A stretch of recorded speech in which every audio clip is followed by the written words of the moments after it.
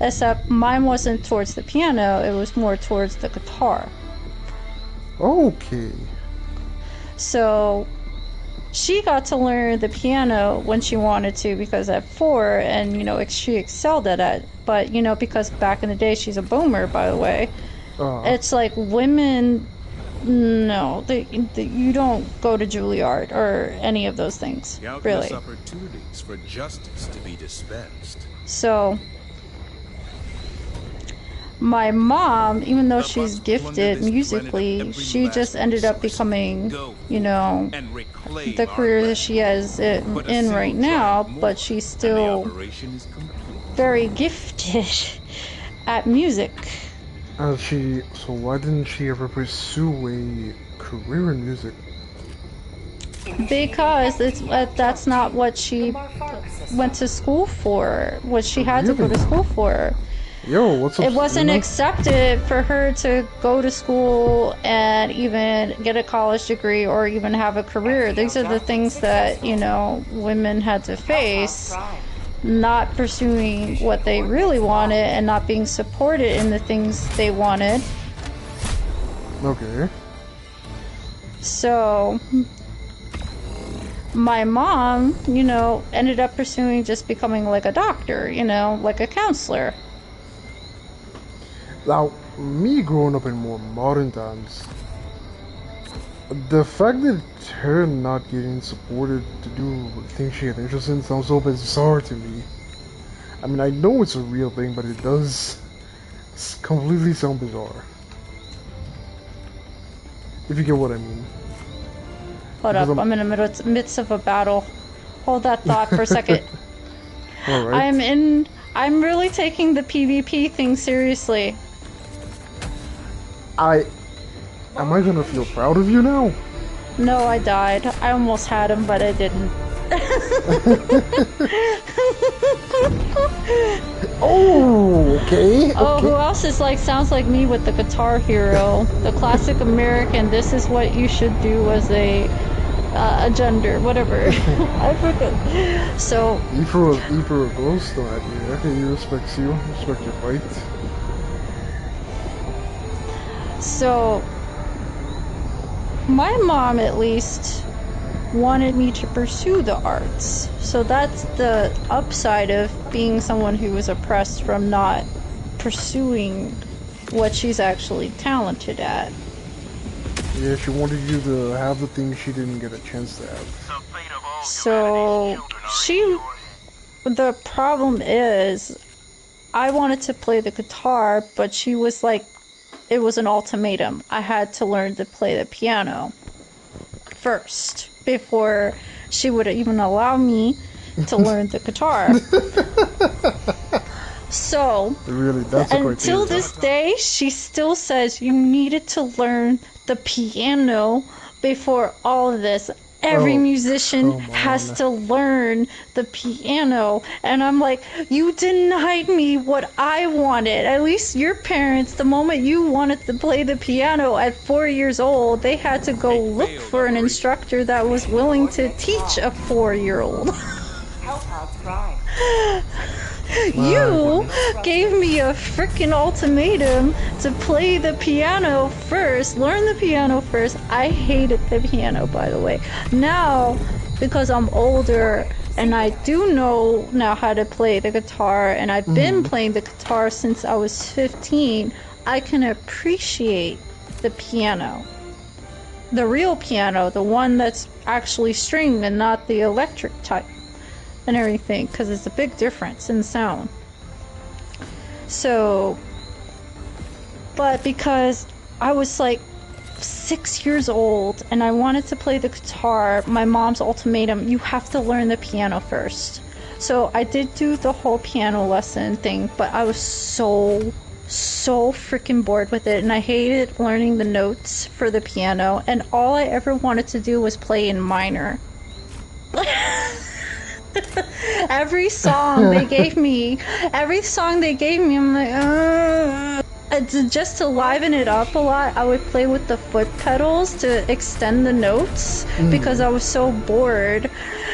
And no matter what, it's just like, by that time, a year went by, I was like, I don't want to do this anymore. And I didn't even ask my mom anymore to like give me guitar lessons anymore.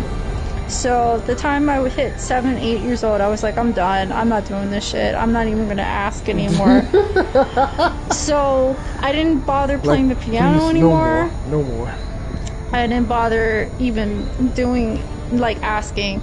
So, but later, when I turned into my teens, when I turned 15, and we were, like, my mom needed to prep for a party because, you know, in Puerto Rico, we do, during the holidays, parrandas. So she wanted to have a guitarist assist with her while she plays the accordion. Because my mom is very good at playing the accordion. She has several accordions, by the way. And she just like she really could have pursued a career in music. Yeah. I think to this day she probably could if she wanted to, but back to the story. So, when I was 15 and she needed a guitarist to assist with her, she thought it would be nice. She sat me down, finally, at the age of 15, and she taught me how to play the guitar. But she taught me to play within 1 hour. So within 1 hour, I learned how to strum. I learned the different chords that she wanted me to play to follow with her on the accordion, by the way, which is I'm very serious. And she came up with a system at the time because I didn't understand the chords, like what is D, G, A, or, you know, or C. I didn't know what that was, so she numbered them. She's like, okay, you're gonna move to 1, 3, 2, and 4. And everything, and I need you to listen closely, and actually before you hear this change, you have to hold a mill of a second and then change. So she came up with the method of when I needed to change, she would do a nod as she played the accordion. So within an hour, I learned how to play a guitar and follow along with an accordion, and we went to a party. And I played with her, and I was in a nerve wrack. I was like, why? Holy shit. So that's my experience. And ever since that day, I have played the guitar. Until this day, we fight over chords.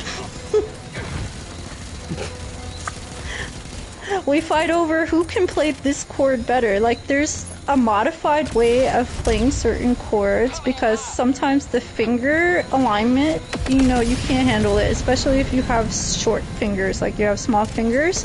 There's just, it's very difficult to get your fingers across the bridge. Mm-hmm. So with her, she came up with modified stuff, but because I was able to do the more formal way of playing the chords, half the time I would fight with her. You know what? I'm gonna fucking do the formal chords. You do the modified versions. When we used to play guitar together, and we still do, but we only play like twice a year. So can you imagine me and her? Only 2 to 3 times out of the year, we are able to pick up the freaking guitar and play. And literally play songs decently. Not as good as when we were playing like almost like 5 months out of the year and everything, but we still play decent 2 to 3 times out of the year during the holidays, just for good measure. And this woman, I'm like, if she ever got her piano tuned, she could play that shit. Like, it's nothing. She could play Beethoven, Mozart, whatever. That is... Why in the heavens didn't she at least try to pursue a career in music? Because we're now in different times. It wasn't supported. We're now in different times. Of course, now she supports whatever endeavor I do, but with her, it wasn't that way. But she can still... Okay, how old is your mom? My mom is 65. Well, she can still do something. I mean, she can if she wants to, but she's a doctor now. I hate to see the going go to waste. I mean, it's not. We play. She wants to play more now. I mean, it sounds like I would have from whatever, right? Y'all have this wonderful ability, talent, gift of music, but it's underused. That's what happens. It's just, you know, how are you supposed to? Anyway, that's the question. I mean, she can teach in a, you know, a music school if she wanted to, like a legit one. Ready to liberate. I guess that'd be one way to make up for it. But I'm like, yeah, I mean, you have to have time in your life to do all of this. But if you're a person that is in a career that's totally stark different from it, it can be challenging. I mean, it's nice that people that are in creative fields are able to continue pursuing different avenues of their creative field. Like, they move from acting to playing music and singing and all that stuff. That's a blessing. Many famous people, if you look it up, they were something else before they became famous for what they are now. Yeah, pretty much. Like, I think a good example was a certain famous tennis player. He was in a completely different sport. I can't remember the details, but I remember watching the video. It was very interesting to watch.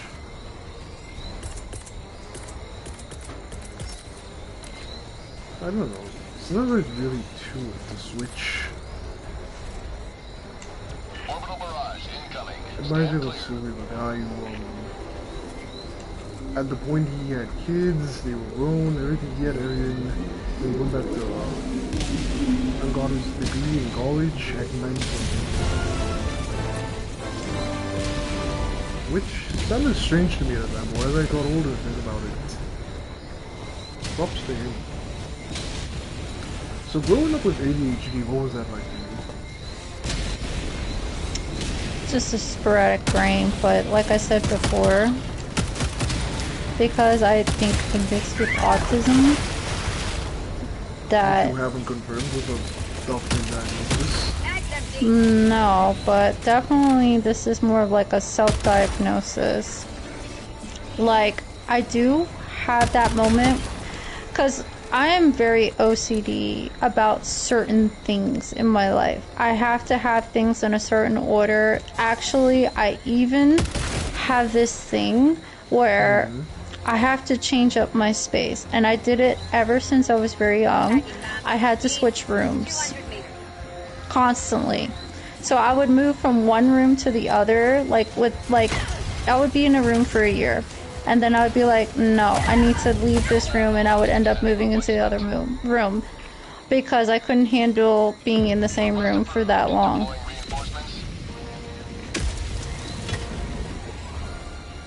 There's just a bunch of different things. It's just very difficult to discuss it, not just the fact that there's the musical aspect of me, the artistic stuff with me, but it's also the whole special interest thing, and the fact that I have these supernova modes where I can be locked in my interests for like several hours and not even do anything. Not to mention, I have severe sensitivities to things.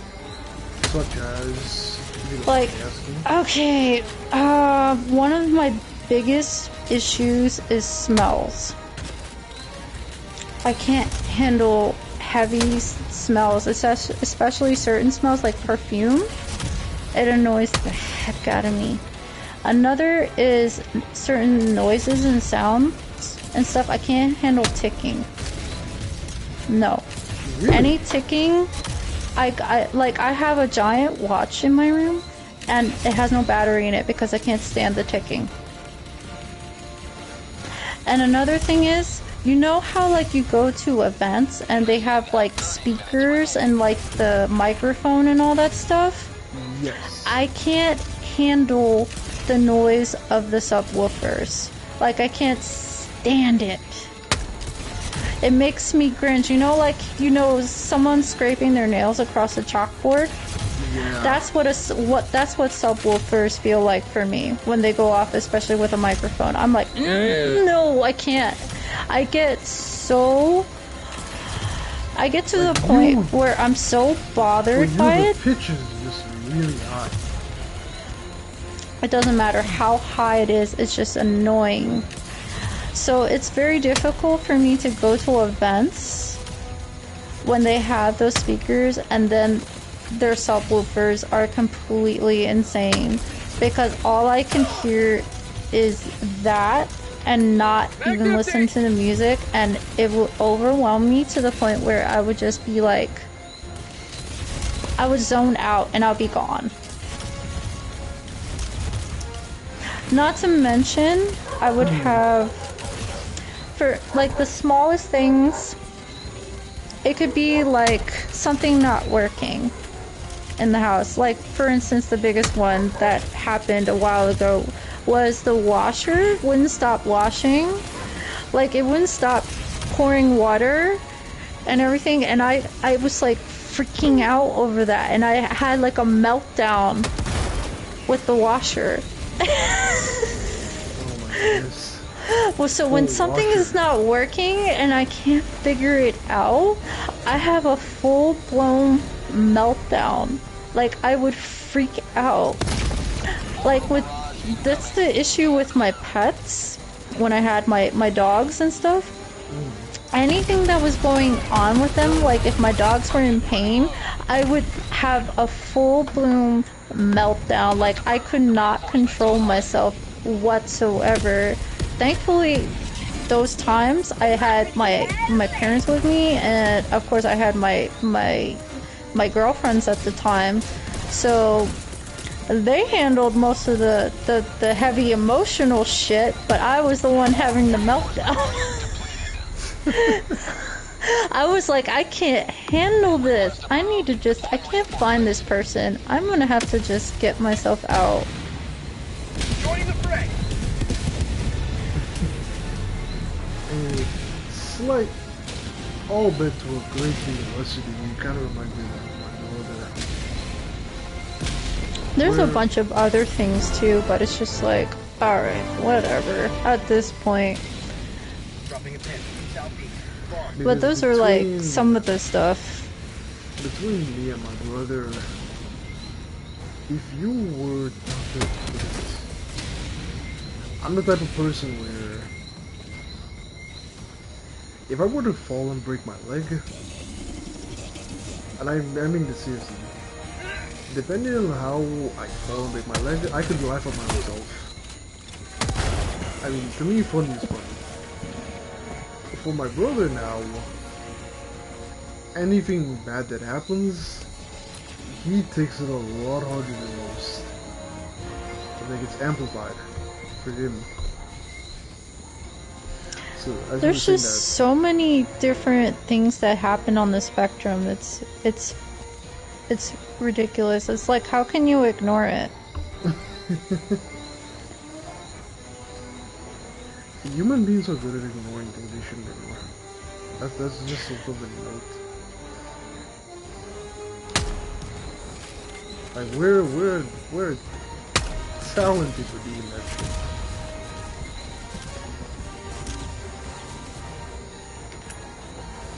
All the things people can never ignore. And human beings it's a human thing because we just don't want to deal with their issues. I mean, I say you should, but It's a lot easier said than done. Dude, I can't deal with any of my issues. Like, well, I can, what do you call it? I can probably just, I don't know, I can try to ignore how much in pain I am from certain things because it is painful. It does feel like you're going through torture for some things. But, you know, but there's a repercussion for pushing to that limit and everything, and I'll do it if I need to, because, you know, sometimes you just have to do things, especially with how, I don't know, society is. They just like, you know, I'll just grind through it, push through it, and I'm like, alright, I'm gonna do it. I mean, Well, this whole that's something thing... you are gonna have to do for certain things. For certain things, yeah, but there's a price to pay for it, though. I'm like, I told my mom, you know, I have like a speech impediment. I don't think this is going away anytime soon. I used to not have a speech impediment whatsoever. Now I do.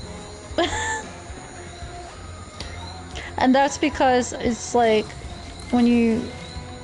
She says it's from grief, and I'm like, alright, cool. That means I'm in a constant state of grief.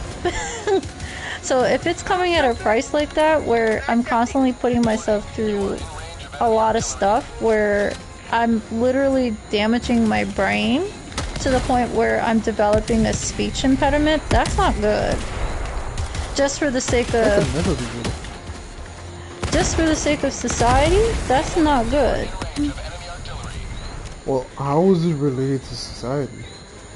Because they want you to work a certain way. They don't really want you to... They don't want to cater to issues like that. Like, if you have an issue with this, and so it's like, alright, push it. You're expected to do this. Okay, that's understandable. So, when you do it, and everything, you force yourself in situations that really overwhelm you. Like, what it does is overwhelms your nervous system. So what happens over time when you are constantly overloading your nervous system? You're gonna break down eventually. Yeah, exactly. So that's what happened with me, except it's affecting me neurologically. Now, the way I look at it, there was a book written by a guy, Nazim Nicholas Taleb, and the book is Anti-Fragile. And I love the concept of the book, and I have tried to put it into practice a lot of times. Easier said than done, but it makes perfect sense to me. So the concept of anti-fragile is, well, have you familiar with the term already? No. It means that things that gain from disorder. So kind of like, this point is that you should try and live your life in a way that is anti-fragile, like your muscles. You know, the more pressure, the more stress you put your muscles under, right? Yes, you can permanently do damage and fuck yourself over, but at the same time, it's the pressure and the stress that makes it stronger. And without the pressure, it would be weak. So what was like... I know, but we're not neurotypical people. For them, for neurotypical people, I don't think, I do not. I think it benefits a neurotypical person because it does not overload their nervous system as badly as it does for someone who's overly sensitive. But I understand where it's coming from, because with discomfort comes resilience. You develop resilience that way. That's how you're able to withstand more. No, fuck resilience. Anti-fragile is... Resilience and anti-fragile are not the same. I see many people make that distinction, but they are not the same. You have 3 lines, right? You have robust, resilience, and anti-fragile. The robust line can take 2 pounds of pressure, but if you give it 3 pounds, it's gonna bend. The resilient line can take 2 pounds of pressure. If you give it 3, it's gonna bend. But when you take out the 3 pounds, it's gonna come back to how it was. But it will always break if you give it 5 pounds. Anti-fragile will take the 2 pounds. As long as it doesn't get 5 pounds, it will bend, it'll come back to how it was. But the next time, you have to put 4 pounds. It will not take the same pressure and bend like that. Now, yes, everybody's different, and as a neurodivergent person, you aren't gonna react the same as a normal person.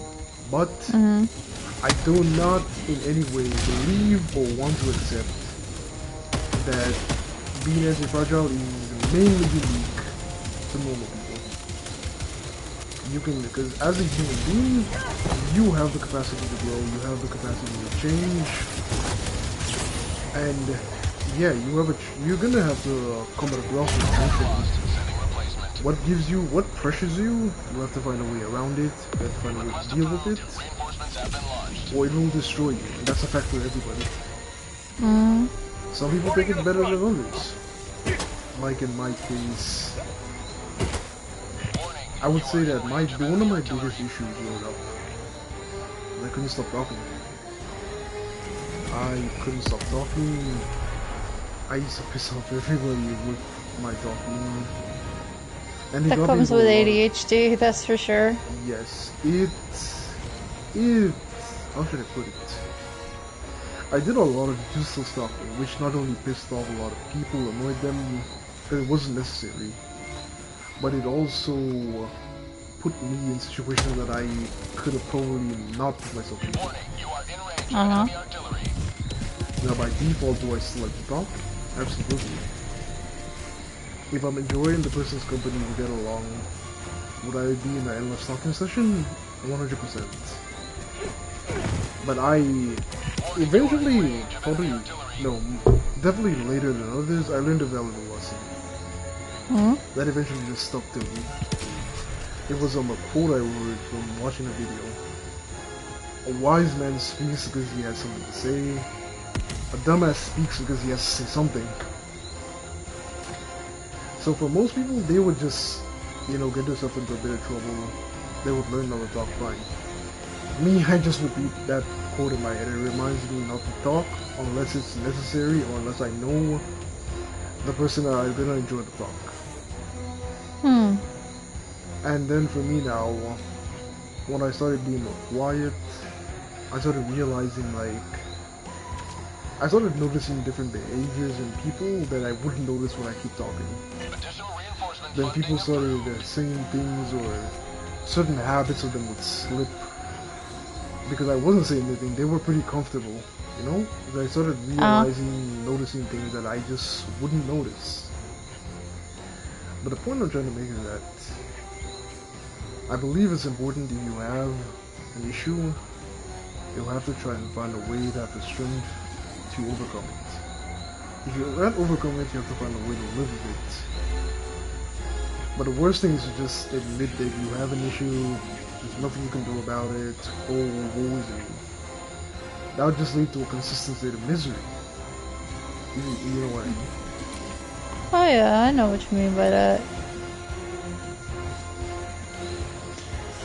I mean, let's be real. When you don't know that you're neurodiverse and everything, you automatically start to blame yourself for a lot of different things that is not necessarily your fault. It's just how you're built. This is how you're wired. A lot of people and everything. They still end up blaming themselves. Well, that's because, it's a grieving process. For me, I went through a year of grieving process when I started to realize, fuck, half of the shit of who I am. Last time I told you, and who else, that I don't get nervous on dates, and there's a reason why I don't. That's because of how my mind is. I don't. I was like, once I get past a certain threshold with people and socializing, actually, I didn't even tell the full story of this. The issue with me in that, because I don't get nervous, I sometimes get a bit too comfortable with the person that I'm on a date with.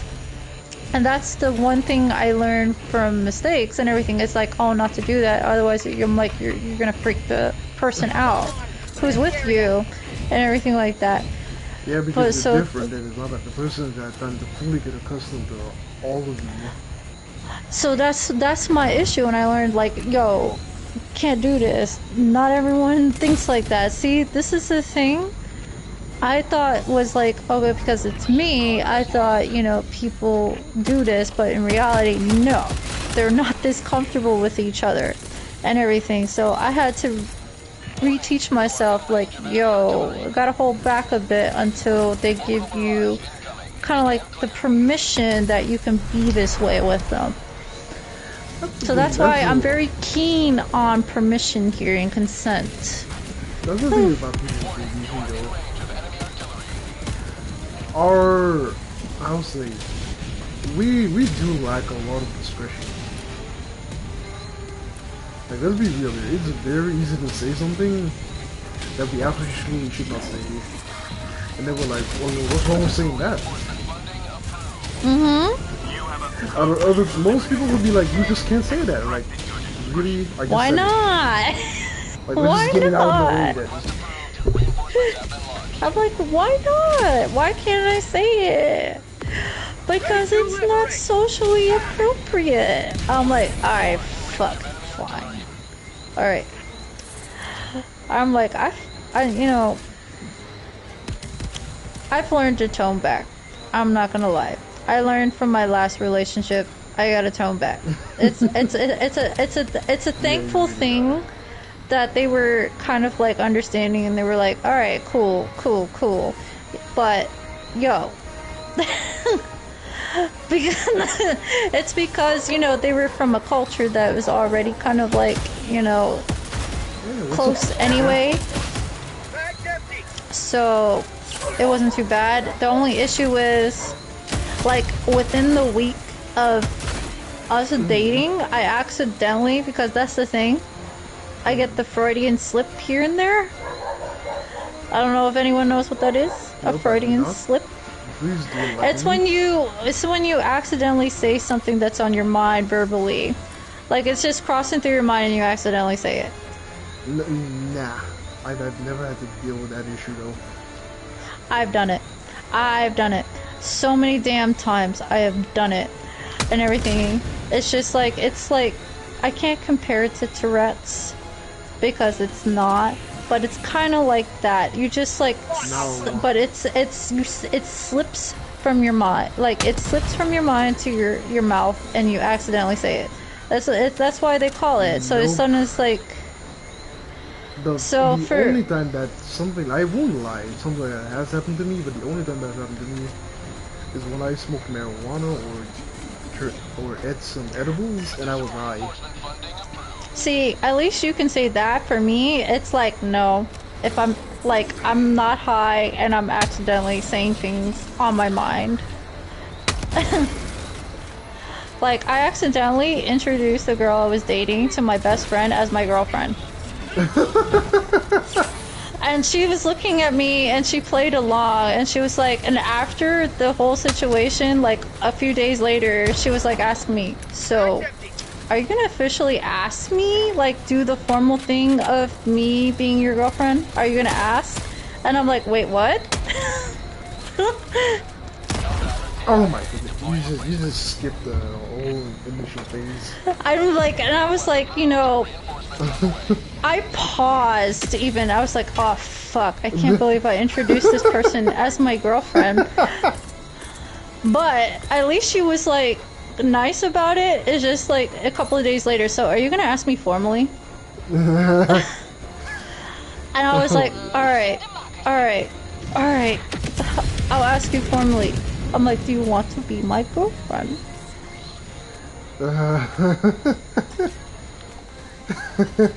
That is so funny. I'm like, Oh my god, I found that funny. it's so bad. I'm like, that's why I have to learn to control myself. I need to not be saying shit. Oh boy. That's my self-aware problem. I would say being self-aware. Because, like, let's be real here. You will never truly care about certain things as an ADHD person, like normal people do care about. You just won't. But being self-aware enough to not do it, not say it, that takes a good bit of time and experience. Well, for me, it certainly did.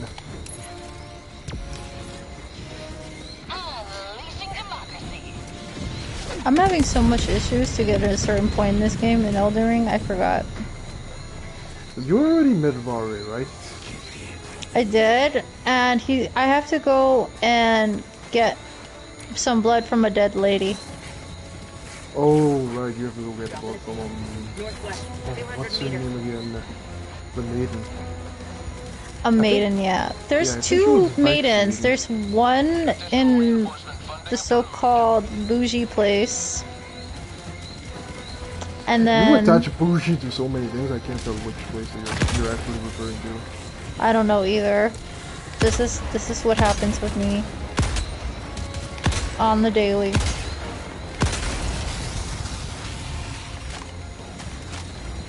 You know, oh my god, I'm getting nicked all over the damn place. I know my PS Plus is gonna expire. When? Same day Elden Ring comes out. So I definitely won't be playing online anytime soon, but I do plan to, what's the word I'm looking for?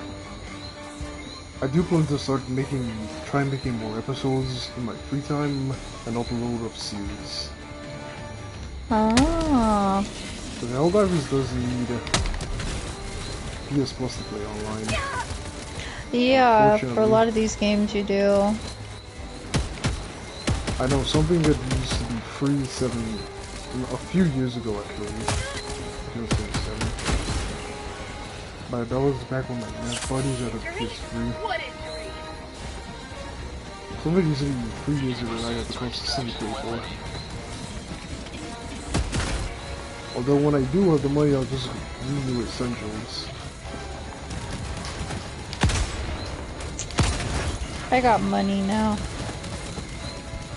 I don't, I still have to wait for my job to start paying me. Oh my Then I have a gosh. bunch of stuff to take care of that I couldn't take care of because I wasn't getting money beforehand. Luckily the job doesn't stress me too much. Well, at least it doesn't do that, but it should pay you.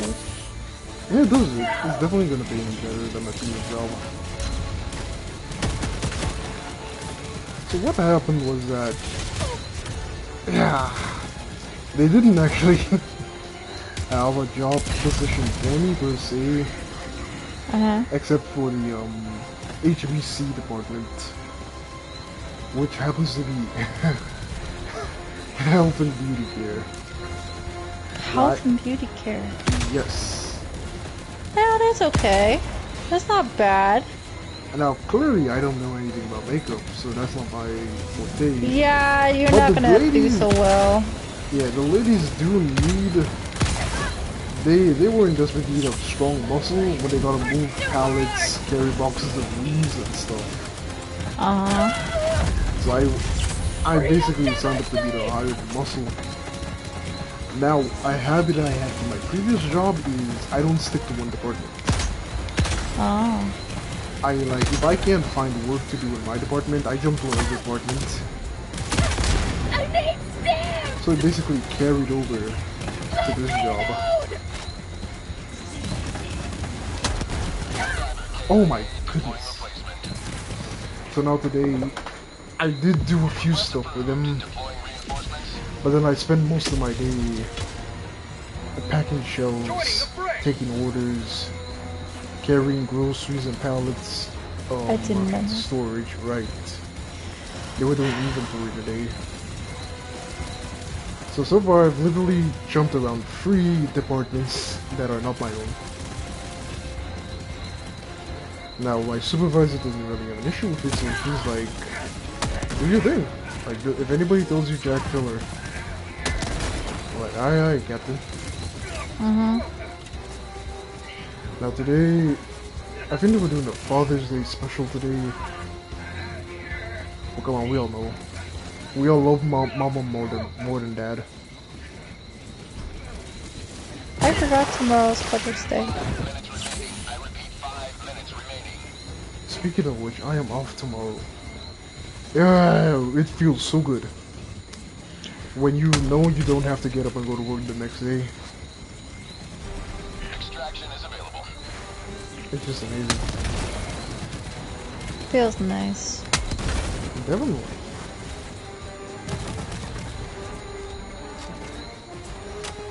You've I'm probably lost. forgotten what that feels like. Oh no, I'm still traumatized from it. Is he okay? Why are you saying you're traumatized? Come on. He's traumatized from retail.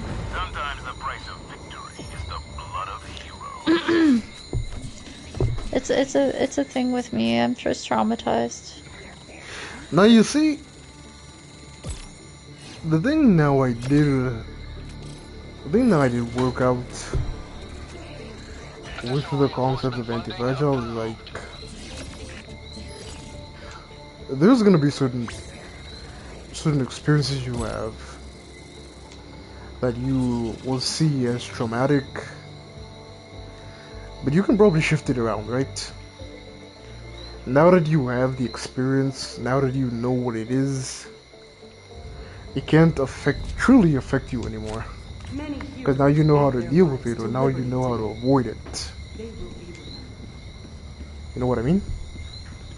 True. I'm just know that I'm skillful at dissociating and manipulating. Truly now. So I can, yeah, I do. That's what the one upside from working in retail is learning how to manipulate people, so you can have an outcome where you're the least affected.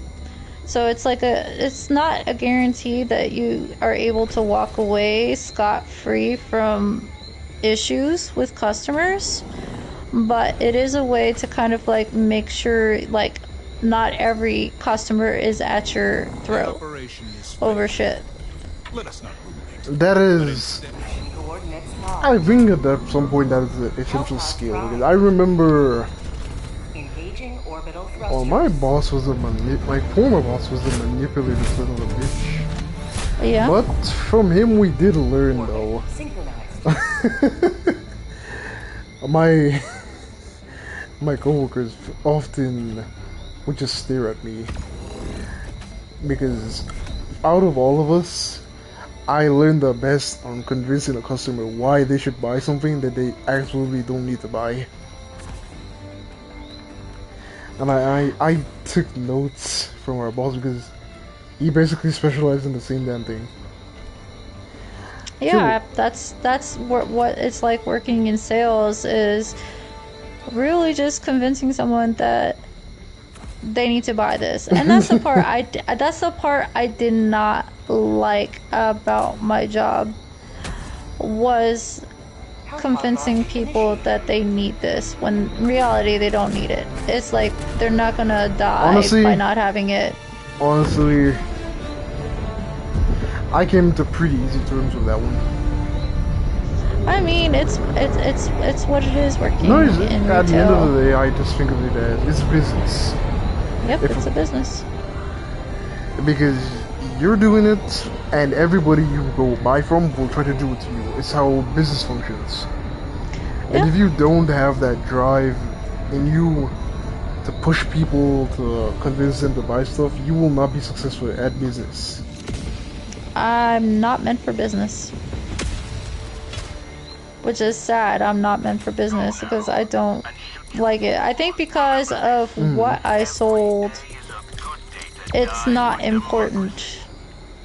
It was never important to try to convince people to buy these things. but you do it because you need a paycheck. Tagging map. Northeast, Fair enough. 200 meters. So that's the part that etched at me a lot, is Oh. convincing someone to buy something they obviously do not need whatsoever. Yeah, but the customers still have a choice. You can try to convince them, but you have to understand, right? The choice is ultimately theirs. True.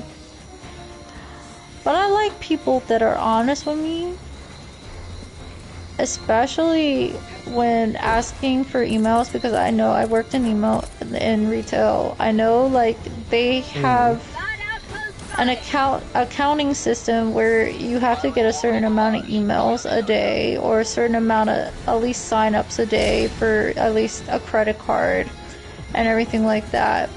I hate credit cards. So they will push that on the customer service person to try to sign people up for these credit cards with very high interests. So that's the part I did not like, along with, well, I worked in Michaels and custom framing as well. I'm like, they didn't need the most expensive shit. Like, some of the designs that my coworkers came up with were so horrible, but it was just about getting the price up so you can sell the most. Don't you love corporate America? And also, when you sell appliances, especially for some of these major, hardware store retailers, you have to sell them the additional things. That's the part that they make the most money off of, is selling the additional stuff, not the appliance itself, all the other things attached to it. Yeah, everything it comes with, but you don't actually need. Yeah, so, but then you're convincing that person to get it. I like it when people is like, hey, you can get it, but you don't need it. Or you don't have to give me your email and everything. I don't want to force you. And I'm like, I like you. I like you. You do not convince me, because I know I work in retail. It is annoying as fuck to ask for people's emails all the damn time, and they don't want to give you that damn email. So, yeah. It reminded me of this time. Like, you had a lot of return customers, right? Ones you see on a regular. Because, I worked for the Orange Blood. Yeah, there were the regular contractors that I saw on the daily. Because, like, Ben said he'll be joining soon. I remember this one time, my coworker. Okay, hold on. Ben sent me an invitation. There was I'll invite these you two when I get there. kids used to come in, and basically, you could say they definitely were not the brightest for their age. So my coworker ended up calling them, referring to them as retarded. That's horrible. Yep, like a casual throwaway line. The grandmother, I think, or the mother, I can't recall. She came in pissed, angry. Alright, and like, what the hell was my coworker saying? Calling the kids retarded. Did they look retarded? You wanna know what's funny? By the time it was over, they were leaving the shop. They were leaving the shop talking about shoes and bags. That's weird. Rage against the enemy's My coworker was able to spin the entire conversation around, and they ended up chatting nicely about shoes and bags. It was so funny at the other time. Oh my god.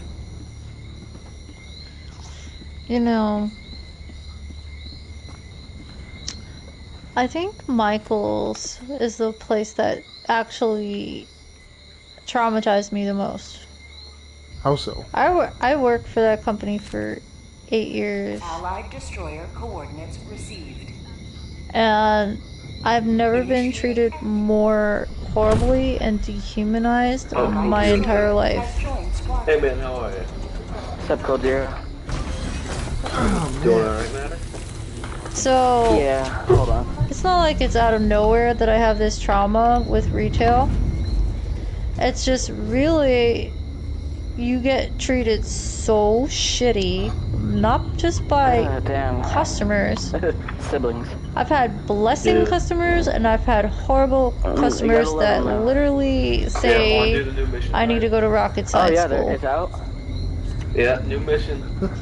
I'll see if I can find And I'm one like, I don't know if I should laugh at Is this, it the children? or should I just like, but No, people it's just the treat you Tectonic like Crew. shit. And not only Oh, that, The you mission have where management the that just children treat were you received. just as shitty, and they don't have your back in is it? anything. I'm like, if you just like Yeah, but it's get beat up in a store, I don't Uh. think they just give a shit. Is your mic broken, Caldera? no, he's in party. No, because I remember okay. I fought with a customer. Alright, looks like we're doing I remember ICBM. he was having a Okay. really bad day. Like he tried to slap me and I punched him. And Oh, he hey. tried to hit me again and I just shoved him straight into the Allied grocery. destroyer has joined. Hey, Except my boss wasn't angry. Hey, Anakin. He was watching me like, if you had taken that slap, I would have no fucking respect for you. Hellpods prime. That's what he did to me. Mission coordinates locked. No, I think most of the time What type of mission we're doing? I have to say ICBM. no to things because every time I got called to handle a rough customer, because you know they assumed I'm a girl, I'm a woman, I have the voice I have, right here. that I would calm that bitch down. That bitch of a man down that is twice my size, that definitely can like kill me in one blow.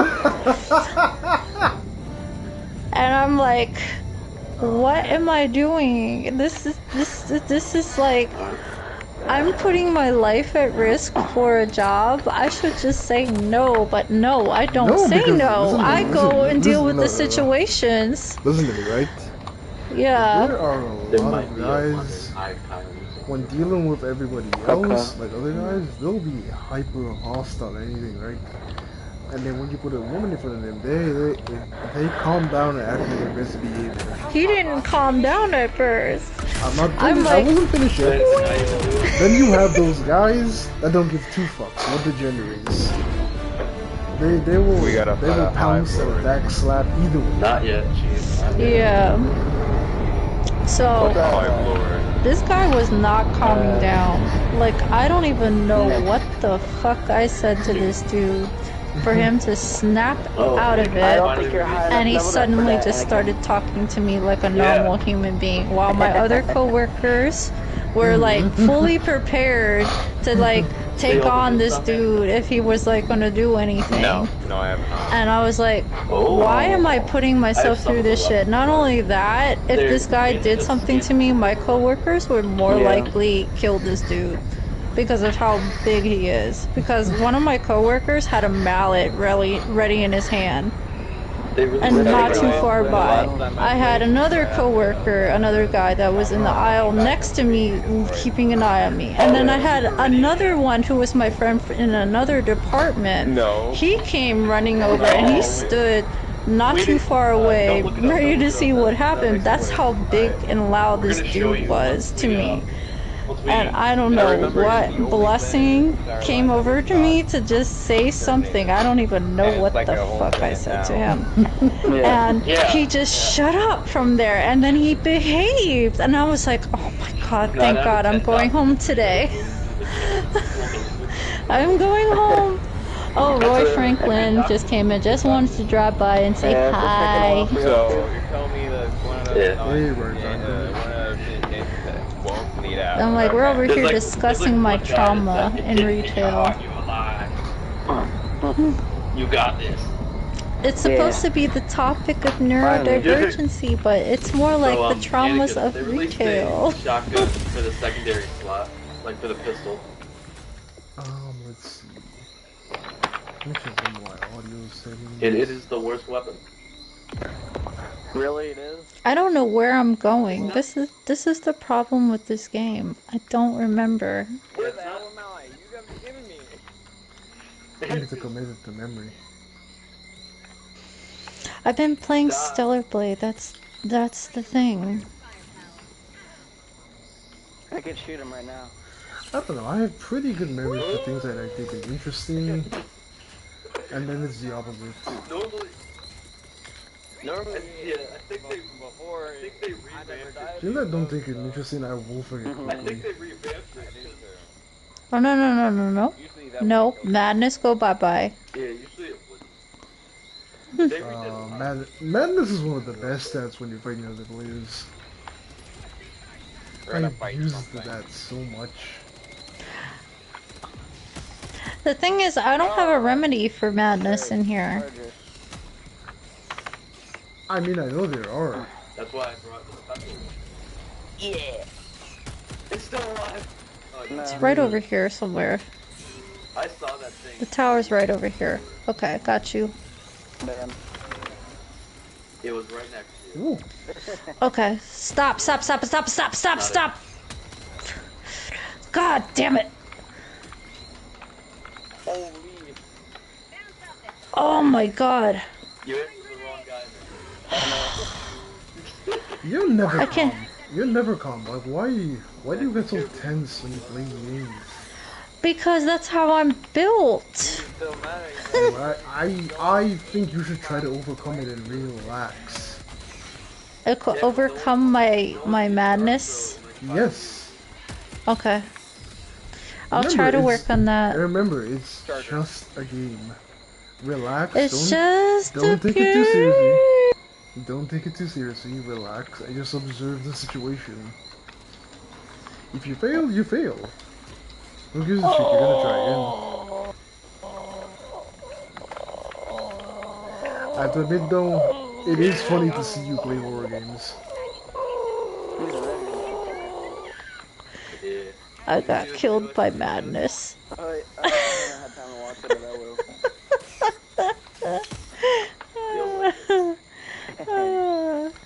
No DSP and stuff like that. I'm living it perfectly here. Yeah,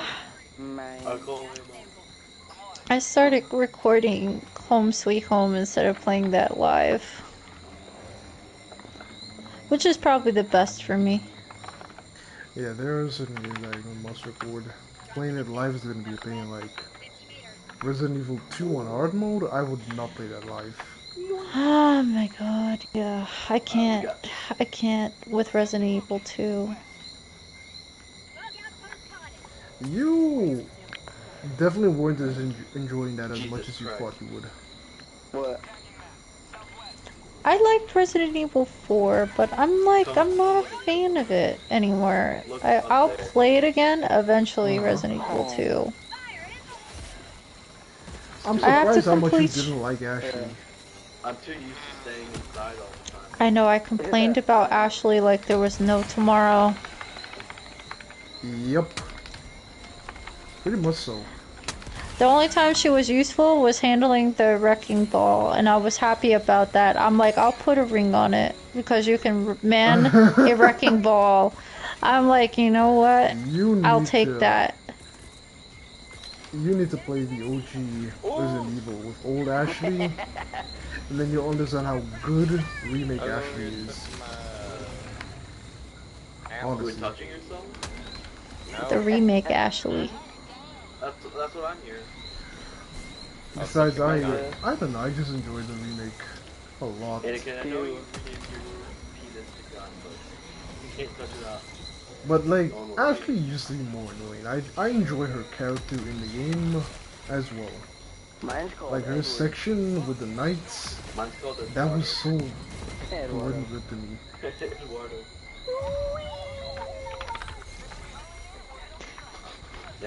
I don't know. I don't think I like Leon. or Ashley. I don't like their characters. I'm gonna cause controversy over this because I don't like them. No, you're entitled to like what you like. I like what I I'm like. more interested.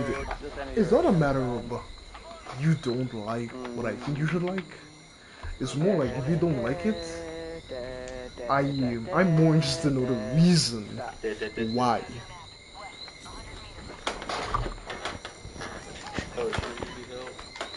Because I like a lot of things that people don't like, and I dislike a lot of things that people do like.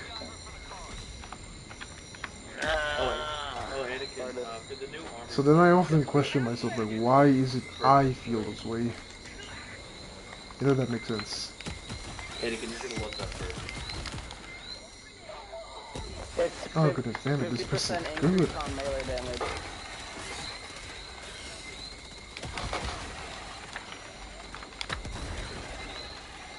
Yeah, these... Okay.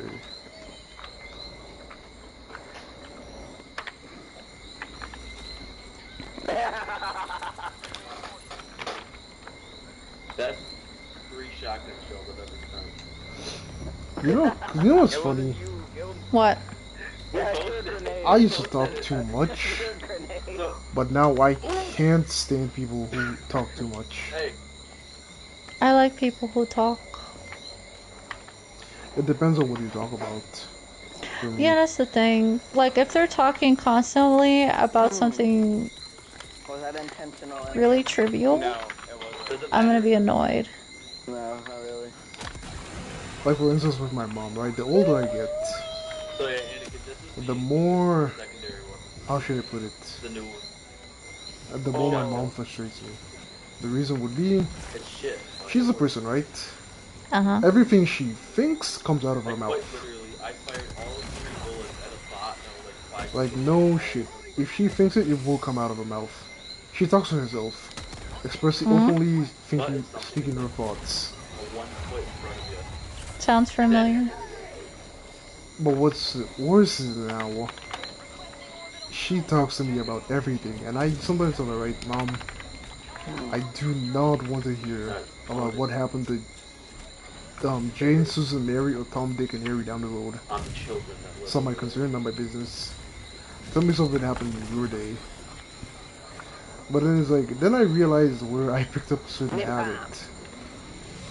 Because from being annoyed by her, I realized something I used to do. So like, yeah, you got it from your mom. I have a complaint about her that I got myself fairly frequently, but I never gave a second thought to. Whereas we both had a nasty habit where if we're explaining something, we give you the unimportant, uninteresting micro details that go along with it before we actually get to the main part. You know, I have a habit of doing that too. I mean, now I mainly just try to get to the point. Yo, what's up, sweet? That's so hard to do, though. You just want to give every juicy detail to the story. No, it takes practice. I want to give every juicy detail to a story. I think if you're aware of it, then you can make a difference and change it. True. The only people who don't change are people who don't think or don't see they ever have that they have a problem. God damn it. You know, I kind of like my quirks. Depends. I like it. You know what? I'm at a point. Like some, but there are some. I'm at an age. I'm at an age where I'm not giving a dang hell of what people think of me and what they want. So it's just like, what do I want to do? But that's a given. That's a give and take one. There's a reason why I like giving details, and that's because I'm a writer and I like getting to the details. So it's like suppressing my nature. Now you see, in your case now, I think that makes valid sense. So it's just like, do I want to suppress my nature, or do I want to thrive in my nature and find people that accept me for my quirks? It depends, I mean. Not everything that you think or feel has to come out of your mouth. True. I mean, these And days then with how I am, you'd be surprised if anything useful comes out of my dang mouth. That's why I'm a writer. Most of the time I'm expressing myself through my writing. Like, I just got inspired to do a poem today. Oh. And because the stanza of my mind was like, okay, the rhythm of my soul vibrates in minor. That's what I wrote. Load up. I got my journal right over here. I wrote it. I like that one. Yep, the rhythm of my soul vibrates in minor.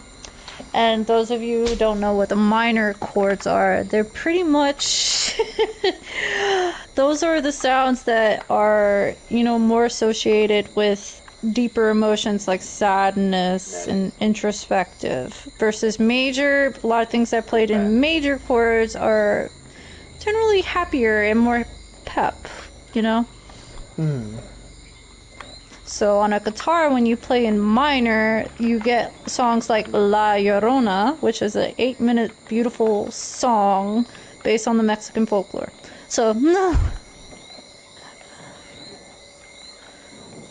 That is all done in minor, and I'm currently learning the chords for that. I was like, what is B? I was like, I had to look it up. I'm like, what is B? Oh, that's B. What was the Mexican folklore about? I don't know, look it up. Basically, it's about a...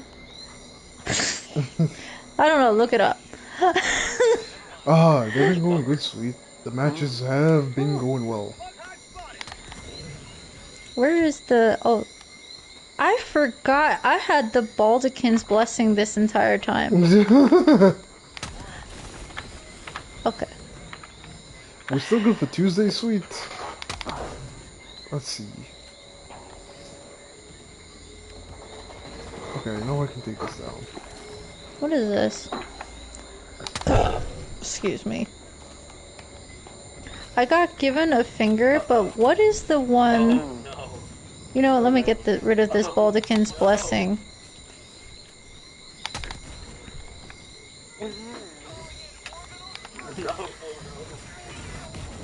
Oh my goodness. What is this? You know what? I do not want any part of this. Wait, what's the thing that Vale gives you to go and visit the bougie? I Mog? cannot recall.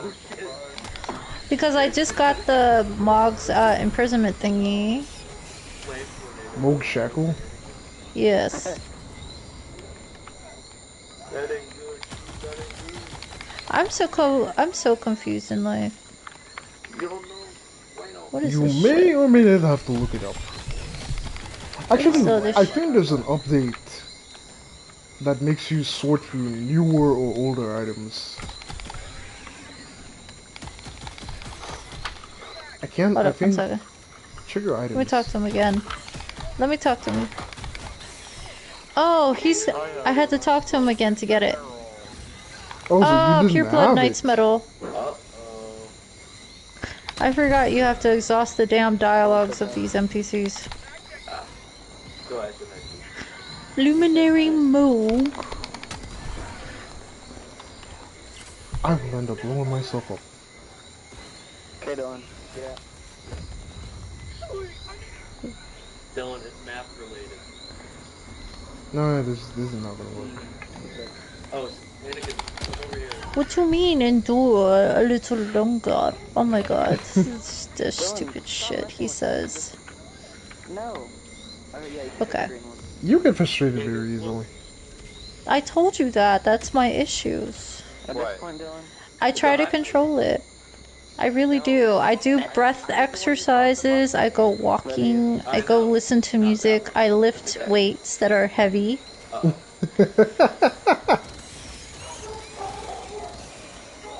I really do I'm try trying to my picture best in life. how probably buff you look.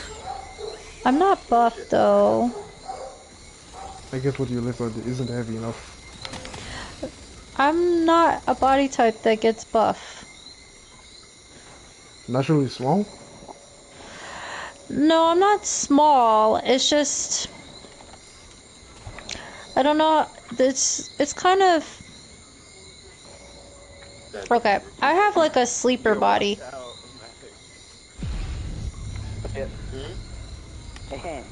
Oh, I do not know that term. It means your muscles don't show. Okay. So I have a sleeper body, so it doesn't, even when I used to be extremely lean, like I had a sleeper body, my muscles rarely showed. Even though I was strong as hell and I could lift heavy. It sounds like the opposite of my father. I exercise so hard just to show a bit of muscle. My dad didn't do any exercises, but he looked like he had a six-pack. Yeah. I was so fucking pissed. I mean, if I cut a lot, I will have all my, like, I'll have more definition to me, but I have to. Pasquale says you're aerodynamic like a greyhound. Probably, yeah. I don't know. What's a gray? What? I know a greyhound Aerodynamic is... like a gray... Like a bus? Like the Greyhound bus or the dog? I can't tell. I mean, if he's talking about the dog, that's hilarious. But the bus, I'm like, come on. I was more thinking the dog myself. I would hope the dog. I'm like, what are you saying, a bus? I'm like, what? If it's a bus, then he's definitely calling you fat. Why, I can't. I am a bit. I'm more on the thick end. Oh my goodness, that thing still hit me. My goodness. I mean, I have a Latina body. Pretty good. Well, then again, between American and Caribbean, we have a completely different view of fat versus healthy. I mean, I'm pretty healthy. That's the thing. But in terms of here, No, because I'm considered more on the thicker end here. you see, the thing is, I was explaining to somebody that, like, the way America tries to sell you what a healthy body looks like, and what we believe down here is, basically, like, we would consider somebody, like, what we would consider somebody that's healthy, but they have meat on their bones, you know, they're not skinny. Americans would consider that fat. Yeah, they would like Thai women, that's for sure. They're skinny. But then I'm like, look, if your weight doesn't affect your health, or is it preventing you from running? mean, I run heavy anyway because of my bone density. So the lightest weight I can go is between 165 and 170. I can't go any lower than that without making myself sick. Oh my. Let's go get that stalker later. So my leanest look is at 165. Yeah.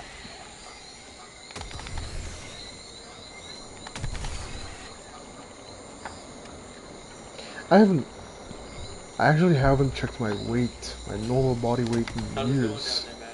I don't really check my weight at all for that reason because It's just been a non-factor in my life. That's not a good thing. it's like when they go and do your weight at the doctor's office, they do not take into account whatsoever your bone density or how much muscle you have. Even though your bones weigh a lot. Yeah, Like they do. Right, they contribute to a significant portion to your weight. Yep, they do. Yeah, did you see that they improved the Let's see now. They did? It's already amazing. There's no need. Before. Oh, sorry. So I run heavy. Max, they're not camouflage tools like me. I don't break bones easy. I really don't. I actually have never broken a bone. I've actually only thing that I did have issues with was I broke my pinky when I was little, and that was a hell of a thing anyway.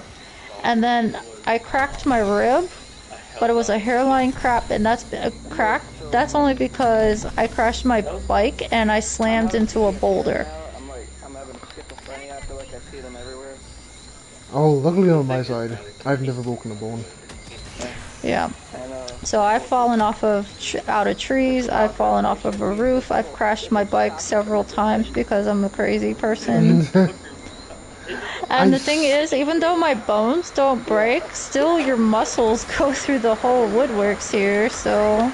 I still found it surprising that you ride a freaking motorcycle. Yeah, I know. It's not a surprise to me. It runs in the family. Oh my goodness. I hate when this glitching shit happens. Wait, where is the thingy? Okay. And now it started raining on my end. I can hear it. That's pretty loud. Galvanized roofing. I don't know why. The entire house is concrete. Why the fuck doesn't anybody want to make a concrete roof? The entire house is concrete. Like, make it make sense to me. Make it make sense. Yes, make it make dollars. It's not making sense. The entire house is concrete. Give me a concrete roof. Okay, let's go. Don't make it out of galvanized iron or steel. But now it's just a freaking thing. Wait a minute, why in the heavens did I take that?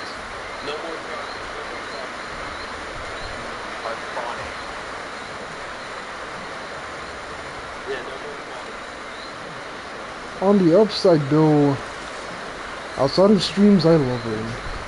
It's one of my favorite weathers.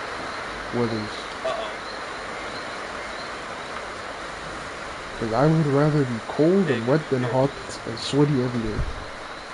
I don't like hot, and I'm kind of cringing a bit that I'm gonna be in Puerto Rico for 3 weeks in humidity. I haven't been in full-fledged humidity, island humidity in a while. Yeah, humidity is a killer.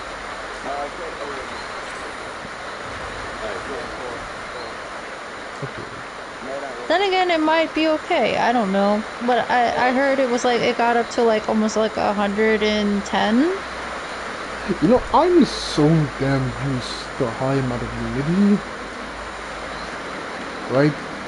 Today at work, my hands felt like they were freezing using the AC. Because I'm just not used to that kind of temperature at all. Yeah. I was wondering if they brought it up extra. Like my hands almost felt like they were gonna go numb. Then I said it's one of two things. Either I'm sick when I check, I didn't have a fever, or I just have yet to adapt to AC. Because a frequent thing that's been happening, right? My coworkers will say, "Oh, they're feeling this heat, this heat, this heat." Me, I don't feel jack all. I feel so chill and relaxed compared to them. I have to get used to it. For a person, you know how I used to get used to weather like that because I used to travel to Puerto Rico during the winter. Oh. It would still be humid there, but it would be like cold here. I would have to go running in like the afternoon heat for at least 2 days during like the hottest hour, and then my body would acclimate more to the temperature and I wouldn't sweat as much or be affected by the heat. That's how I used to do it. I would just go straight up. Let me just go running midday. It's so dangerous though, but because you can easily get dehydrated and heat exhausted. I don't know about that. I drink a crap ton of water. Like it's ridiculous the amount of water I drink in a day. I mean, hydration is more than just water though.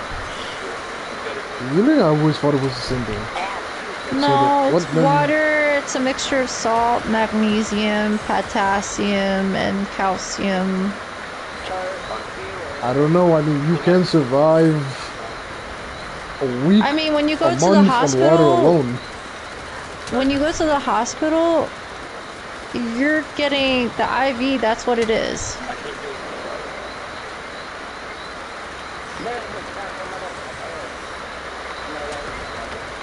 That's fair. That's a pretty good one. Holy shit! No, no, no. Oh crap.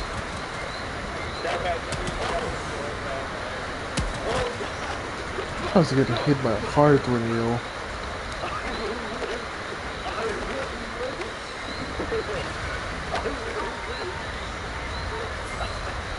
I got hit by a fire tornado. What the heavens? Oh my goodness.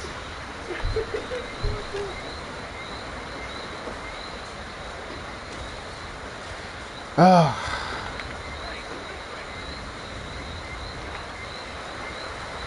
Oh shit! In every job, there's always those coworkers who know how to skip work. I've been there less than a month, and I've already found a lot who would literally put a trolley of goods together, and put it on the side, and then they'd hide behind it on their phones. And if you didn't know, you would assume this is a trolley of goods there, not a person hiding behind it.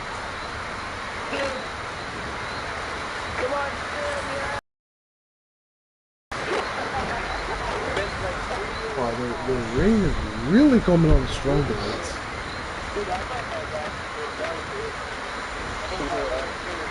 Let's see.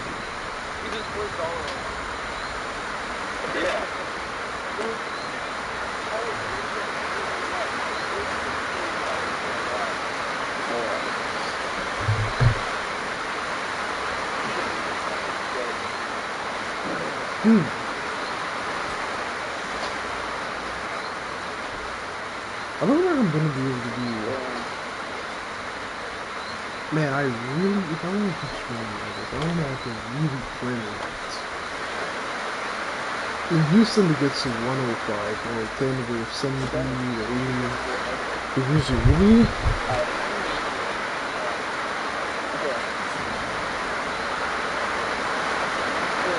You know who I'm fighting right now? The Blood Knight? I am fighting Mud. Already? Oh, Brand. Yes, it has to be Brand. I'm fighting Mog. And I've died already twice to this dude. I actually don't know how I could defeat this dude, to be honest with you. No, he's a tough one, even for me. He likes to brag and be proud of my skills and how much good I am in the game. The Elden Ring bosses, oh my goodness. Of all He's the a bit Souls funny games, character. I think I like Elden Ring boss fights the least compared to Elden Ring games. I just love everything else about the game. But I gotta admit at this point, I have a serious issue with the boss fights.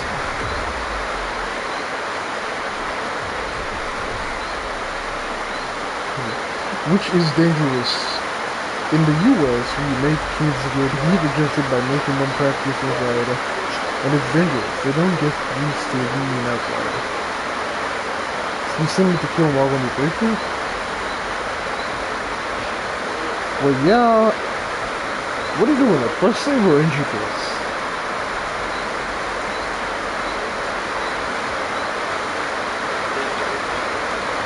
Oh,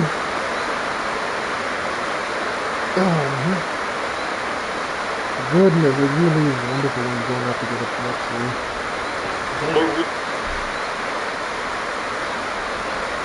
No, I'm a little Hold up, I'm in the midst of mob fight. No.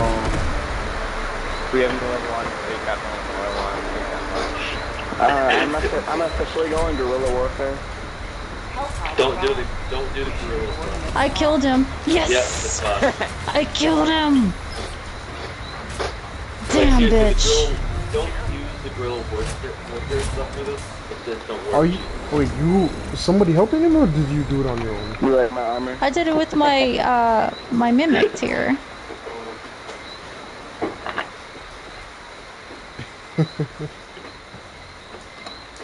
Burn, Yeah, bitch, burn.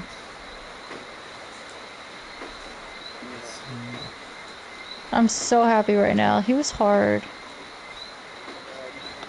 Oh yeah, Anakin, the last time we Yeah, tried his to second stealth the phase is the Helldive pain. mission, we landed on a bot area. Bot. I got a lot of money from him.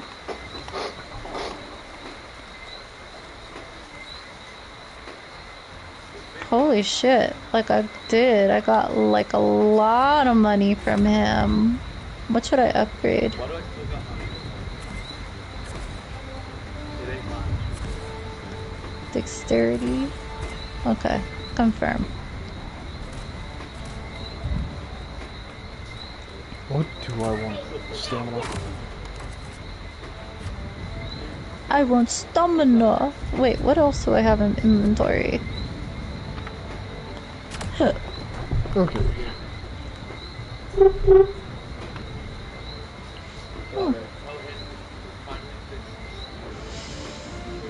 Usually I do so well in Elden Ring. I've been kind of lacking. Could be your time away from the game. Yeah, it's been a hot minute. Should I bring up endurance? I always invest in endurance because it gives you more stamina. It brings up your natural defense the most as well.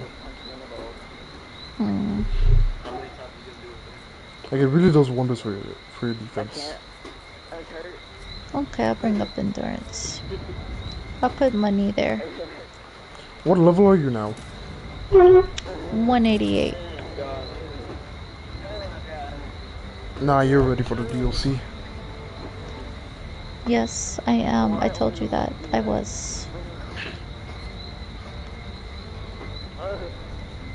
I'm way more than prepared for it. Oh fuck! I just realized this. Considering it's a FromSoft DLC, it's still gonna wreck your ass. I got. Oh. It's still gonna wreck your ass. No, Esha is attacking me. I forgot that. Ooh, Asha? No, Ensha. I forgot. Ensha. Oh, Ensha the Royal. Yeah. I forgot. Became a red and it started attacking me. Yeah, by Gideon's order. You don't realize I'm a tough bitch. Gideon is a real bastard. What in the... Oh, why in the heavens was it not launched yet? Oh, we were all basically ready. Man, this has been a very interesting deal. So I guess I have to defeat Radagon too, right? Wait, what? To start DLC? Yeah, right? No. Or do I... No. I defeat Mog, so now I... Wait. You said Radagon. Or Radon, what... Or Rad... I don't know. Radon, yes. Yes, you gotta go take out Radon. So, I gotta take on Radon, and then I'm good for DLC? Yeah, even... Those are the only requirements I remember being listed. Okay. Obviously. I told you my middle name was Ray.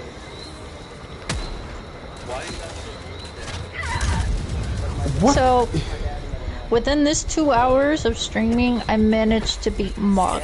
I got myself to Mog by the skin of my teeth because I was looking to get there and I was failing at it, and I got there. This game is clearly lying to me.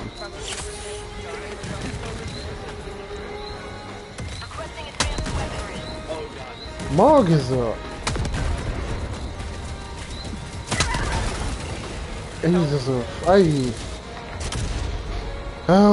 he's just that boss fight frustrated me so much. I'm about to get another Baldican's Blessing because I like hugs from this lady. The Mulligan's Blessing honestly isn't that bad. No, it doesn't really take down that much. I don't know what people are complaining about. No, I think it's about 10%. Not even that. Everybody's It's treating like a it. sliver. Everybody's treating it like any bit of missing HP is a huge catastrophe. I don't know. I've been lasting the entire time with it. That is true. Oh my god! Remember who else was like, by the way, did you go hug that lady? Because of my lack of HP. Oh my! Now you had seriously low HP. I had only 28 in vigor. Especially when we fought Morgoth. It's like you were asking, like you were trying to commit suicide. I don't know. I was getting by with that minimal amount of HP. Vigor. Yeah, by doing a lot of running. I know, but that's why my brand is brand. Better run and not die. You gotta thank the squall for that. Yeah. Wolf's version was been running all night, damn it. Which is still funny. He's a funny dude. Point me to the enemy. Let me see. I gotta get rid of the shackles, because now I defeated Mog. What in the heaven? Let me see. Where is it? Oh, here it is. I don't need it anymore. How do you unequip it?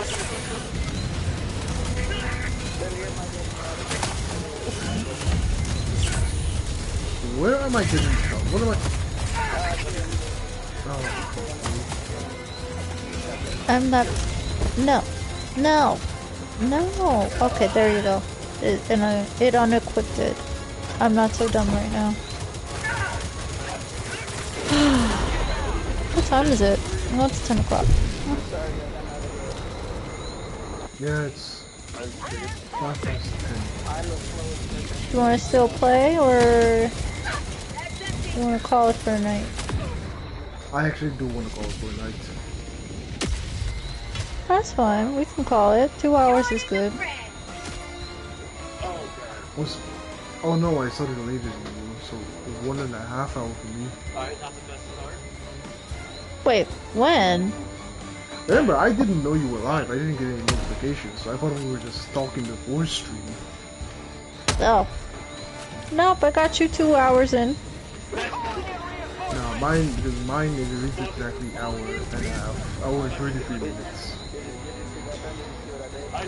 Yeah. It's up to you.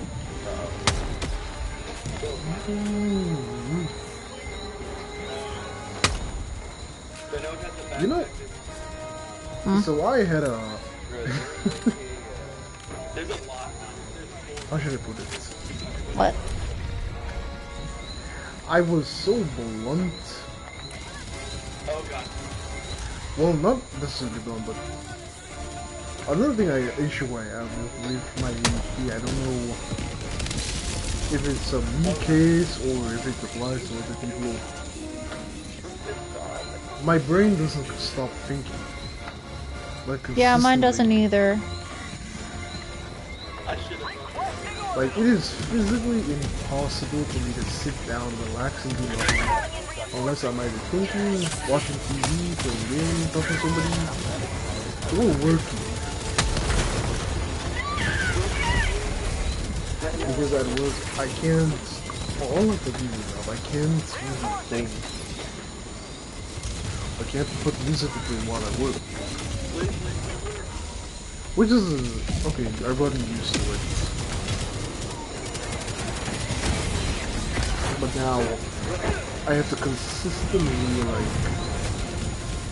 like find some work to do. Because if I'm not working, I feel like I'm gonna get antsy. Yes, I have the same issue. I have to be doing something, engaging something. It's very difficult to settle down. I don't stop thinking whatsoever. I have racing thoughts. I can think in my dreams. I've actually done that. I've dreamt. If I can't figure something out and it bugs me, I'll dream of different scenarios and solve that solution. I think the only thing everyone. Yeah, it tends to be a part of the product of our brains I've here. been the habit of taking deep breaths. Just clear up my mind. But then again, with short attention span, I don't stay at it for long. Yeah, for me, meditation is like a death to my soul. I cannot sit still. I was talking to one of my coworkers, and now I was trying to explain to them, like, for me, if I had to do it, like, one of my job options was to do security, I would have just quit but not take the job. I just can't see myself doing it. Holy moly, how am I supposed to survive that?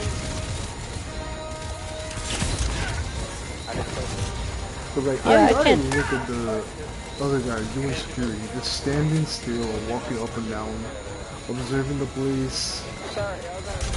And I'm like, if they ever told me that's what I'm going to be doing next, I'll quit immediately. I don't know how to. I can't stand still. I would be fidgeting like hell. You have no idea. I'm like, I can't do it. I don't know how people do it, man. I'm like, I'm all over my chair. It's hard enough for me to even sit still for streaming.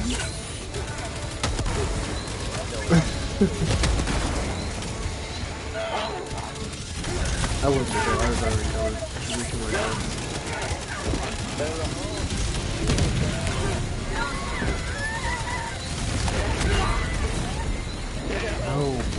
Okay, I'm running. Like sometimes I would,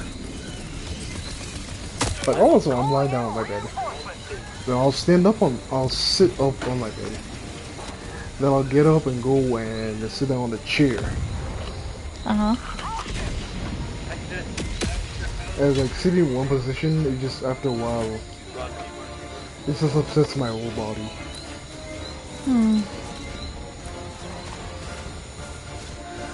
On the bright side though, there's just so many situations where I notice something, or the way I see things, nobody else around me will notice, or nobody else around me will see it. But I think it's because of the brain I have, I just notice something that people don't notice, and I just think that. Yeah, same here. Like, the funny part is that I don't exactly understand people.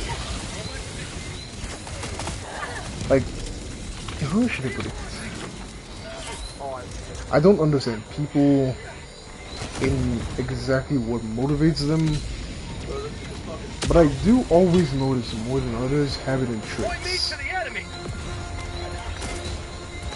Have it in traits like what? Like, okay, like. Give me one. Figure this out. Holy no. No. Okay, I'm dead. Okay, so let's say I'm having a conversation, right? yeah. With one of my supervisors. Now, let's say I will always notice other, like, me and somebody will be having a simple conversation with somebody, right? I will notice as soon as they get discouraged or they get unpleased about something I say, I will notice that. Or if they're being either the hypocritical type or they're the person I should not trust. However, I never really pick up on, let's say, making a deep, meaningful relationship with people, because it's like I always say something to piss them off, whereas other people would know not to say that. It just doesn't occur to me. My mind tells me it kind of feels like a contradiction. That's why I usually have a question for people when I talk to them, especially if they want like advice. I'm like, do you want me to tell you what you want to hear or what you need to hear?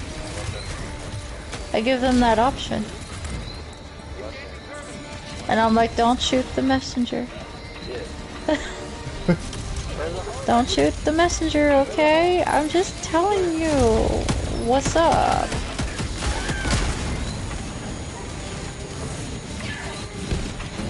So it's just like,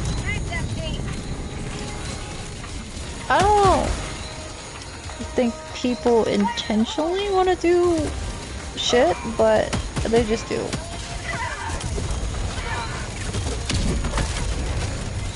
I don't know. I notice people focus a lot more on surface level stuff versus what is actually the issue. It's almost feel like if you point out the obvious issue, people will either dislike you for it or they'll deny it.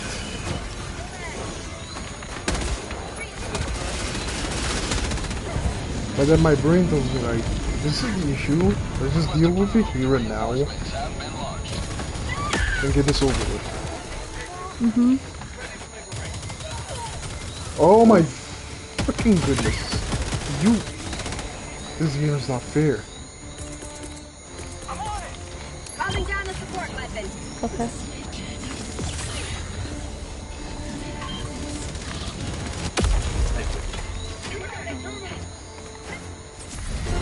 The other good thing I would say, well, I wouldn't say the only good thing.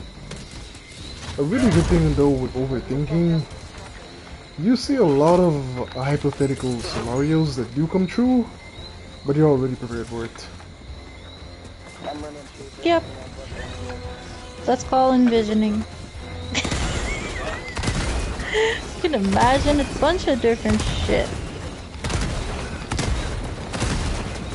It comes to pass and you're like, I've already fought this one through. Yep, pretty much. That's why it's difficult for me No, to... no, that is BS. What? The biggest, baddest enemy approached me, like it just made a round and came up behind me, and my teammates aren't doing shit about it. Oh yeah, you're playing, what's that game? Helldivers. As you proclaimed it, my crack cocaine. That's true. I haven't had a game yet that I feel like it's my crack cocaine yet. I'd say if it isn't Helldivers, then it would definitely. Oh my goodness, no. It'll be Souls games, because I've invested the most amount of my time in Souls games. Although as of late, I haven't really been playing that much. Yeah, at some point, we should probably get back to Bloodborne and share with Wendy's. Yeah, we do. Actually, probably gonna have to hold off on that because of the DLC shit. I got myself hit by a catapult. Oh, I understand. Another catapult.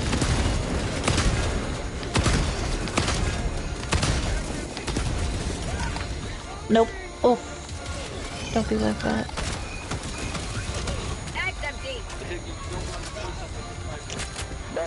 Oh. Oh, you're so mean.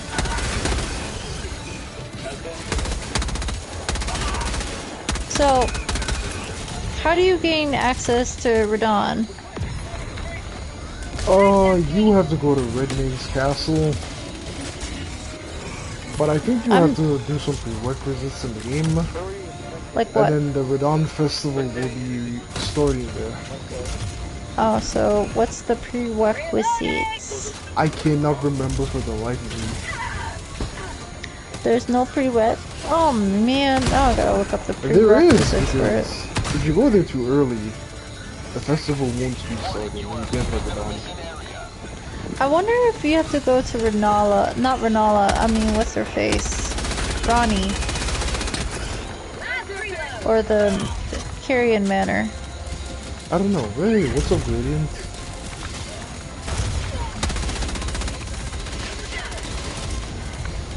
I keep getting myself into so much trouble over here. That's not a good thing.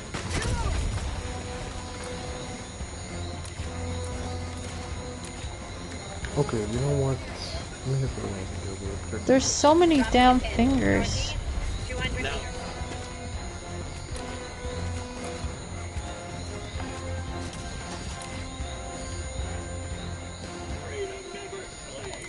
Tagging location.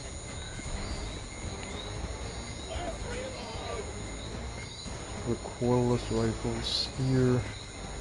Tagging map. I'm gonna grab the spear before I go. Reinforcing. Jesus Christ. Out of ammo. So what has been your personal biggest issue with ADHD? Who are you talking to? You. I couldn't hear the question. What has been your biggest issue with ADHD in your experience?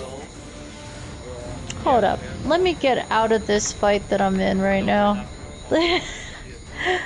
Cause you know my earbuds can't hear shit when there's battle.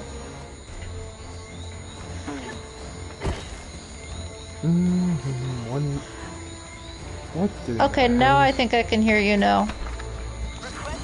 What has been my your mimic? biggest... Yeah. No, my mimic tier is loud, that's why. What was the question? What has been your biggest issue with ADHD?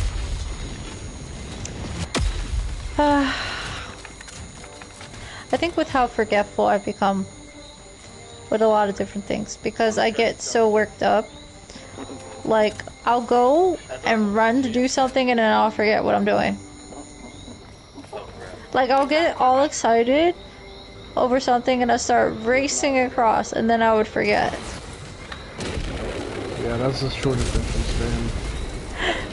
And it's like I said last time, like, I have to park my car where I know I would go and see it, or I will lose it. I would have to set off the alarm on the car to find it. I will not remember where I parked my damn car. That definitely seems a bit much to me. Because while I have been very forgetful a lot of times, I don't think I forget where I parked my car. I do. I forget. You can That see just how seems bad. like something way too important to forget. You can see that even in a game, I lost track of where my car was. In the game, I lost track in a freaking game. That's how bad it is. I'm like, who in the hell loses their vehicle in a game? Maybe if I can't remember the layout.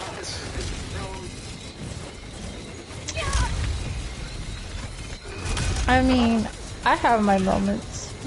I have to organize myself too, because otherwise, if I don't, I'm not gonna do stuff.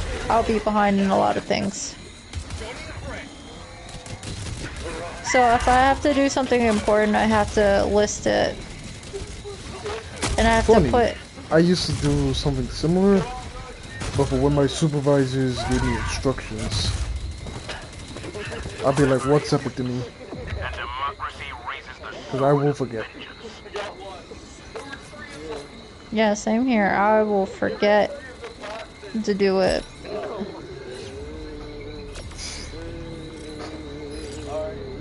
That is such a bitch, sometimes. Or like when you're having a really interesting thought, but then you drift off far away and then you can't remember what you were thinking about. That's when that really sucks.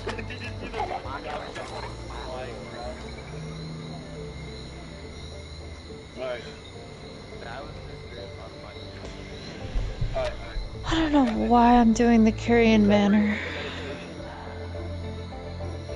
I thought you loved the Carrion Manor.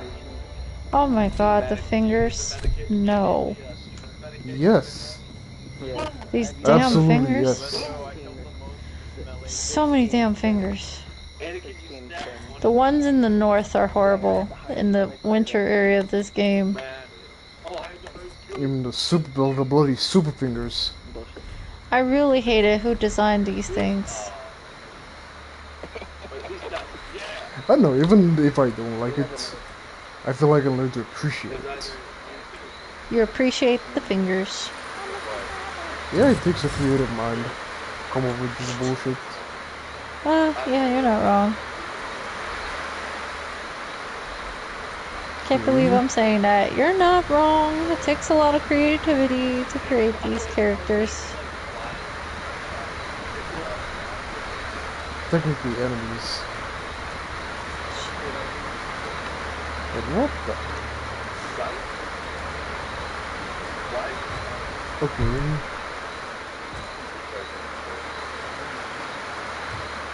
You know what I think I'm gonna... Nah, I'm gonna try to dominate her next.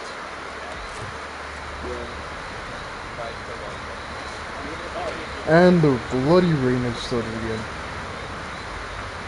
I don't know why he's been doing this on weekends.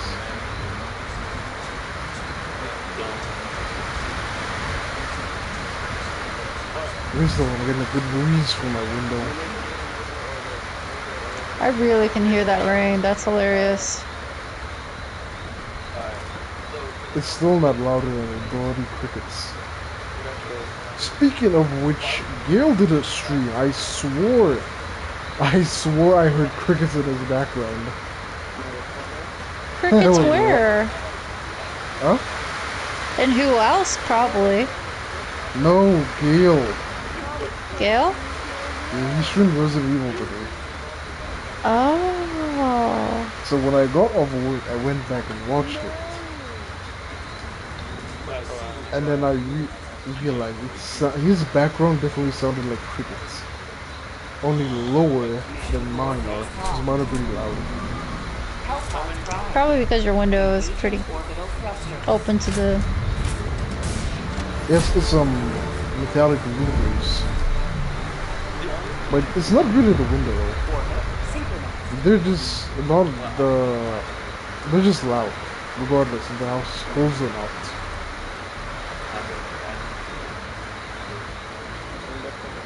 Let's see.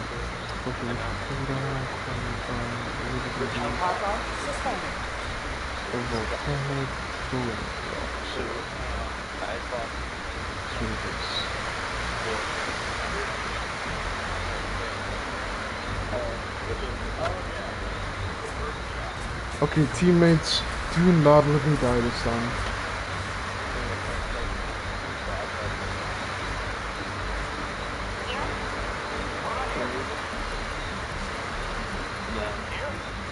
No. Bloody pick somewhere.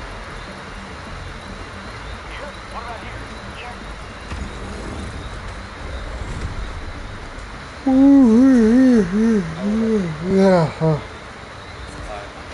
I've been yawning since it would.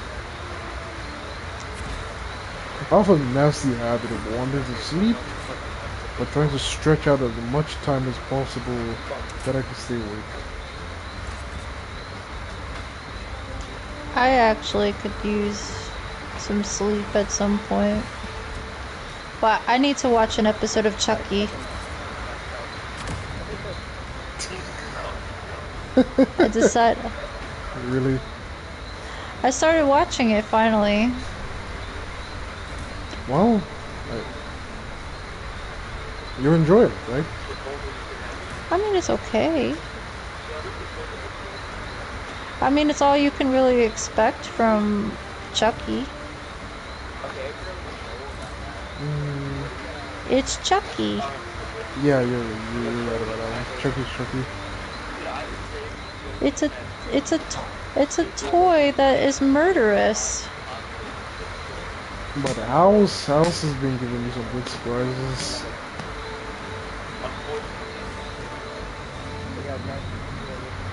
Like Foreman's usually level-headed and ethical, but he literally stabbed Cameron and potentially got her sick, so she'll be forced to go back and do something that could probably cure them both. Which was very surprising.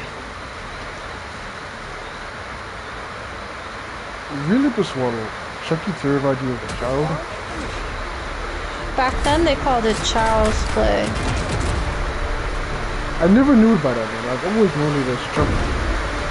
Well, the movies that original are called child's play.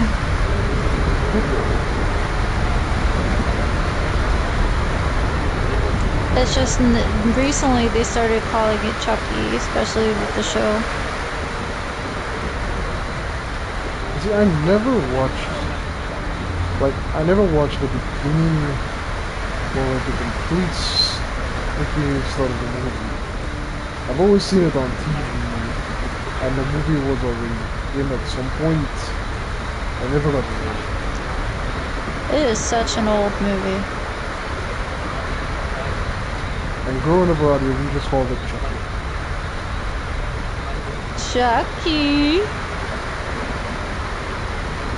Here we go, Chucky! So basically, he's a sociopath stuck in a doll's body, and he can't really die. Hi, I'm Chucky. Wanna be friends?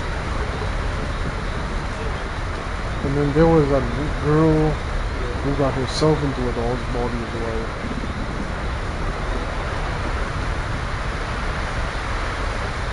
You ever saw that one?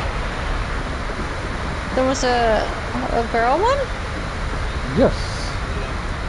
I watched it when I had cable TV and I used to watch this thing called sci-fi where they constantly play supernatural or scientific horrors. Constantly, every day.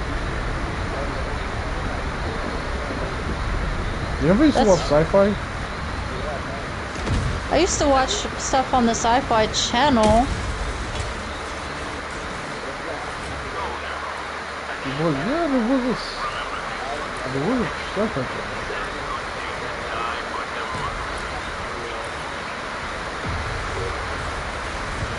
They consistently play horror movies a lot on that channel.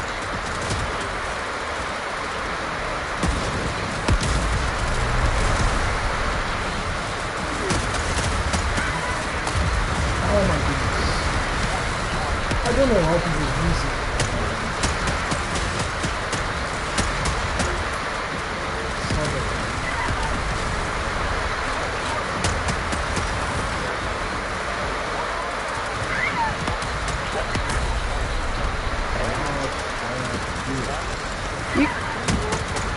Yeah, your audio keeps going in and out. Hold.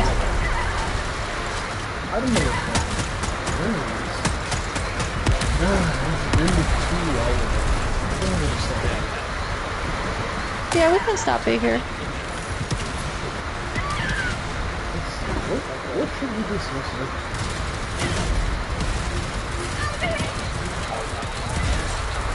I know this one's taking actually. Oh, whatever. That's gonna be it for tonight. Oh my god, like so much rain on your end. Yep. It's crazy. I'm really So- just gonna stop it doing audio. Like, there's always got- something in the background.